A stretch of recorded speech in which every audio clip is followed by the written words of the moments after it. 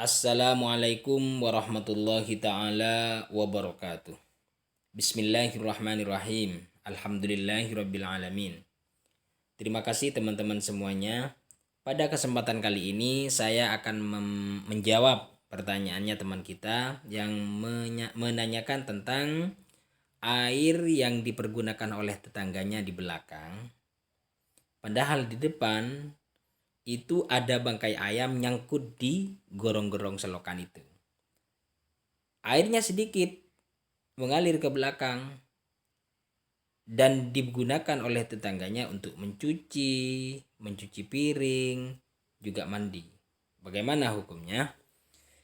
Mari kita bahas teman-teman. Saya ngambil keterangan di kitab Kasyifatus Saja. Embarotnya berbunyi begini.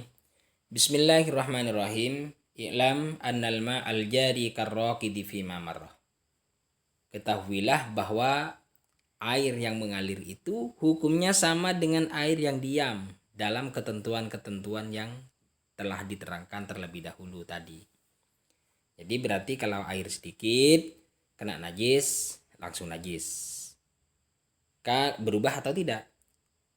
Kalau airnya nyampe 2 kula, maka ditinjau. Kalau kena najisnya langsung berubah, salah satu warna, rasa, bau, najis. Kalau tidak berubah, berarti tidak najis, sama dengan air yang diam. Lakinnal ibrata fil jari bil jariyati nafsiha la majmu'il ma'i. Akan tetapi hitungan di dalam air yang mengalir adalah dengan satu jariyah saja. Satu ombak, satu riak saja. Bukan keseluruhan air yang mengalir tersebut dari depan ke belakang, tidak, tapi satu jariyah. Fa innal jarayati mutafasilatun hukman wa in ittasalat fil hissi. Karena air yang mengalir itu jiriyah per jiriyah, satu riak dengan riak yang lain itu secara hukum berpisah. Jadi secara hukum berpisah. Maka hukumnya adalah dihitung satu jiriyah per jiriyah. Walaupun secara pandangan mata itu bersambung. Li'anna kulla jiriyatin talibatun lima qablaha haribatun amma ba'daha. Karena setiap jiriyah itu mengejar ke depan, mengejar kepada air yang di depan dan lari dari yang belakang. Berarti berpisah, putus-putus seperti gerbong. Fa in kanatil jiryatu wa hiya daf'atul lati baina hafatain nahri fil ardi dunal kullataini tanjusu bi mulaqatin najasati. Apabila satu riakan itu, satu ombakan itu tidak sampai 2 kula, maka dengan kena najis langsung najis. Sawa'un taghayyara amla, baik berubah atau tidak. Apa jiryah itu? Wa hiya daf'atul lati baina hafatain nahri fil ardi, yaitu satu ombakan, satu riakan yang terjadi di antara dua sisinya sungai. Ada ulama yang bilang di persegi 4 saja, baru itu namanya satu jiriyah.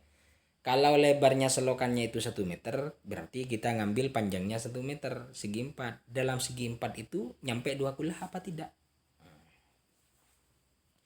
Wa yakunu mahallu tilkal jiryati minan nahri najisan. Dan tempat yang dilewati oleh jiryah itu najis. Jadi air kan membawa najis.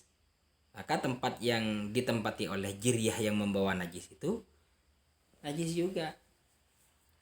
Wa yatuhuru bil jiryati ba'daha, dan bisa suci dengan jiryah yang setelahnya. Jadi bawa najis kan, najis satu jiryah, ombak yang belakangnya menyucikan, terus suci. Wa yakunu fi hikmil wusalatin najasati, dan tempat itu sama dengan hukumnya basuhan-basuhannya najis. Bagaimana kita membasuh najis? Yaitu harus hilang baunya, rasanya, dan warnanya harus hilang. Selagi tidak hilang berarti tidak dianggap menyucikan. hatta law kanat mughalladatan fala buddah min sab'i jariyatin 'alaiha wa min at-tatribi aidan fi ghairil ardi turabiyati. Sehingga kok andai kata najis yang di bawah air ini ternyata najis mughalladah, fala budda min sab'i jariyatin 'alaiha, maka tidak boleh tidak harus ada 7 jiryah, 7 riak yang melalui tempat itu. Dan dari 7 itu salah satunya harus dicampur dengan debu juga. Kalau buminya yang dilewati itu bukan bumi yang masih berdebu. Artinya sudah di paving, sudah di sudah di plester. Nah, ini harus ada campuran debu. Hadza fi najasatin tajri fil ma'i. Ini yang dibicarakan ini kalau najisnya ikut air. Jadi najisnya ikut air.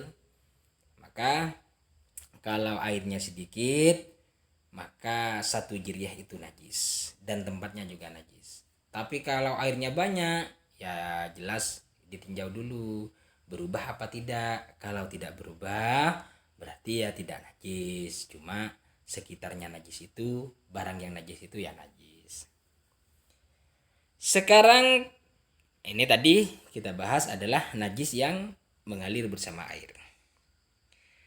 Sekarang fa'in kanat jamidatan, apabila najisnya itu keras, wa kifatan dan diam, fadzalikal mahallu najisun, maka tempat itu jelas najis. Najis. Jadi apabila najisnya diam, keras dan diam, maka tempat itu najis. Wa kullu jiryatin tamurru biha najisatun. Dan setiap jiryah, setiap ombak yang melalui najis itu juga najis.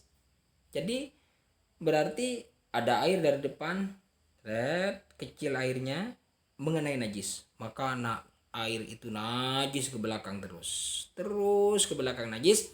Ila ayyajatami akullatani minhu fi mawdi'in, sehingga air itu berkumpul sampai 2 kullah dalam satu tempat.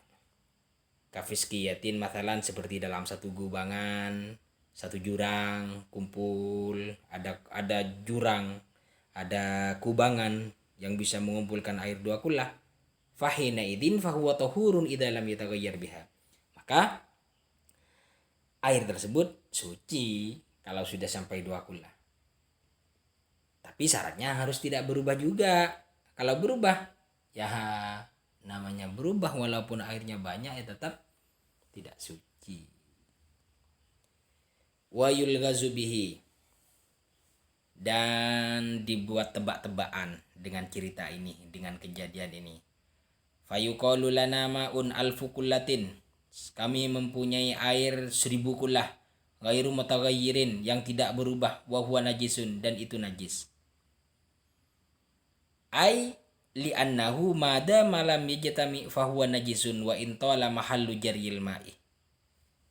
Artinya karena selama tidak berkumpul, mada malam yajtami, selagi tidak berkumpul air itu sampai 2 kullah, fa huwa najisun, tetap najis. Wa in tala mahallu jaril ma'i, walaupun panjang airnya panjang.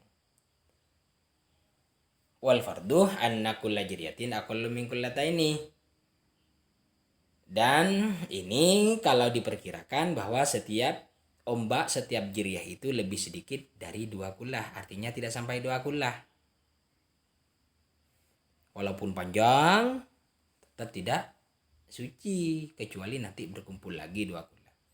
Wa ammal ladzi lam yamurru 'alaiha, adapun air yang tidak melewati najisnya, umpamanya sekarang terpis agak jauh ya, agak najisnya agak di pinggir kiri, ada air yang lewat di pinggir kanan,